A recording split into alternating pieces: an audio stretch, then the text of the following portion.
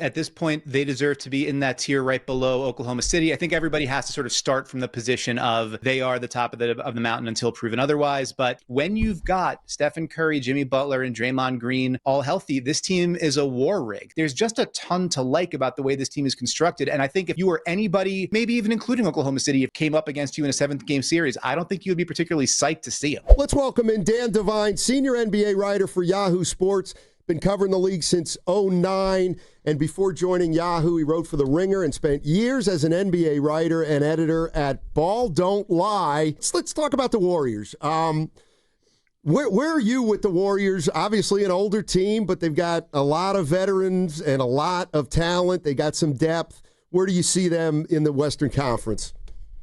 I think at this point, they deserve to be in that tier right below Oklahoma City. I think everybody has to sort of start from the position of they are the top of the mountain until proven otherwise. But every team below them, whether it's Denver, the Clippers certainly, that they had a lot of depth, but they got roasted last night. That sort of second class tier of team, like everybody down there has their pros and their cons, their best case scenario, worst case scenario. But I think the Warriors have the benefit of their best case scenario. Now, we've seen it over like a 35, 36 game sample.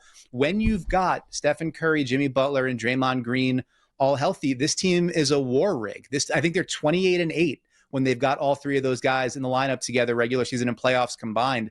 And it makes sense. I think that was the thing that was so frustrating for so many people, obviously locally, but nationally as well, the folks that just watch the Warriors, the idea of the two timelines and of we're going to sort of deviate from the structure of how we're built.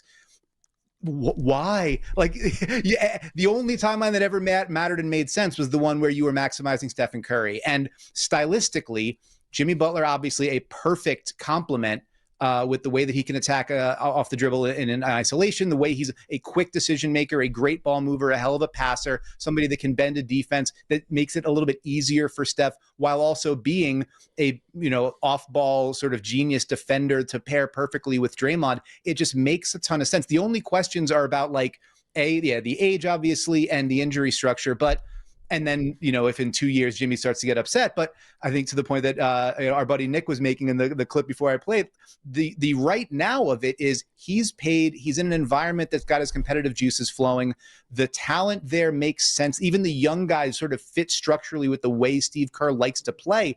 There's just a ton to like about the way this team is constructed. And I think if you were anybody up to maybe even including Oklahoma City, if this team as constructed came up against you in a 7th-game series, I don't think you would be particularly psyched to see him. Man, Dan, I agree. You got me fired up, and I'm sure the fans are. With that said, I don't have to tell you the NBA's been around forever, and nobody collectively has gone to the finals or a team with the ages that, this group has. But it sounds like, and I'm with you, that doesn't scare you. But then I go back to the Minnesota series where I still got PTSD, Curry's first soft tissue injury. Are you kind of over that, or I'm kind of looking like just wake me up when it doesn't happen because I'm praying that it doesn't repeat itself? Yeah, I hear what you're doing. I mean, I think the thing is are you going to worry about the sun rising tomorrow, right? The only thing with the Warriors, everything is built around is Steph operational at 100%, right? If he's not, then your chances of winning are, they drop dramatically, if not to nil. And so you have to build your roster. I don't think you can build a championship contending roster on the premise of what if Steph's not there. The win condition for that is Steph's there. And so it is then how do you maximize around that? How do you provide the best context for him? And the way we've seen for years and years now is surround him with some dogs who can defend, guys that can make it, lighten his load a little bit, people who know how to hit him when he's moving off the ball, who can move off the ball alongside it and figure out how to get in where they fit in the flow and the rhythm of that offense, moving with him, not sort of stationary targets, not guys that let the ball stick. And so to me, bringing back DeAnthony Melton made a ton of sense. Al Horford feels like a perfect fit structurally and stylistically for what this team is. Even guys, guy like Guy Santos and Moses Moody there that have grown in the system. The eye-popping stats aren't there, but the feel, the understanding of how to play off of Steph, that's got to be job one to me in terms of how you're constructing this roster. And so, yeah, if you get to April and May and he pulls up, then you're all right. What's Al Horford got left? It's that last bit of the toothpaste, right? You're squeezing it, you're rolling it, just to try to get it right at the last bit out of the tube. I think what we saw even in Boston last year is, you're not going to be able to rely on Al for, 28, 32 minutes throughout the regular season. The idea being, you platoon him, you get him out there for, maybe 20, 25 minutes a night from October through April, extend him in certain matchups, certain big games where you really need it. But if you get him into a series, like there were points last year in those first couple of rounds for Boston where he was just a clearly better option at the 5 than Kristaps Porzingis for them.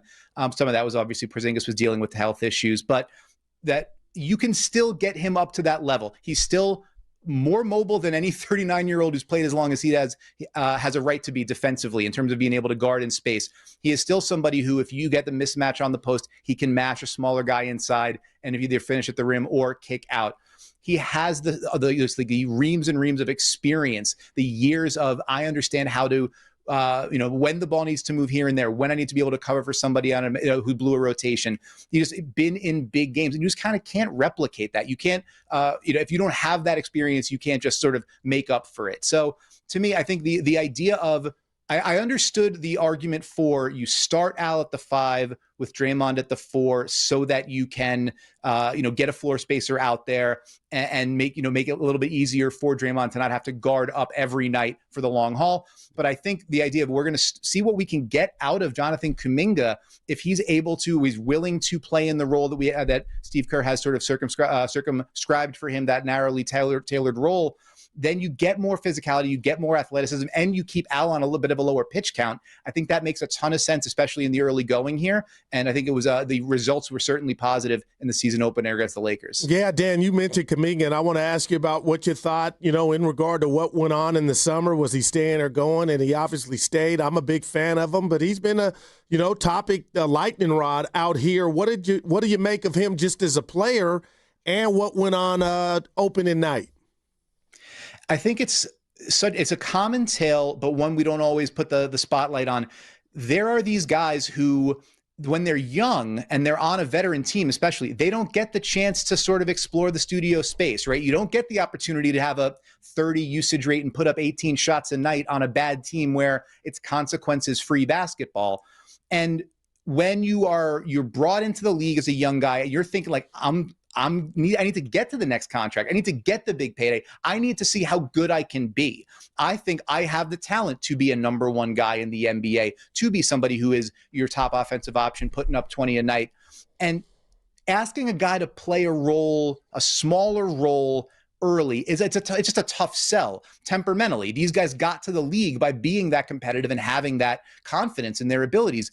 And so oftentimes you'll see the guy like, Aaron Gordon is a great example. His name has come up as a point of comparison, right? Like the idea that you want him to play that kind of complementary role.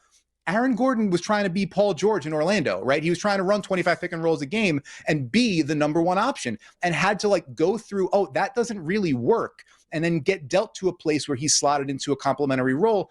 But that's years into his career. So I don't blame Jonathan Kuminga for not wanting to start there at age 21, 22, right? Like, guys want to find out how good they can be. They want to push the limits of their work. And I get that. However, I think in the context of what the Warriors are, having him play that more narrowly tailored role would be absolutely perfect on this Golden State team. And then so seeing him in that season opener where he's making quick decisions, he's defending with his, obviously no one's going to win against Luka all the time, but to take that challenge, to be physical, to pull those shifts defensively, and then I'm going to rebound like a banshee. I'm going to get on the glass. I'm going to push. I'm going to keep my head up and look for somebody else. Where is Steph as we're coming down on transition? Like all of those little things. When I'm going to space the floor, I'm going to be in the corner, and I'm not going to complain about it. I'm going to be shot ready, and when the ball gets there, I'm going to attack. Like that was, to me, about as good a representation of what the ideal role for Kuminga on this team is. So to me, I think he can be more than that. I think he can be a guy who's a starting power forward in Sacramento and averages 20 a night.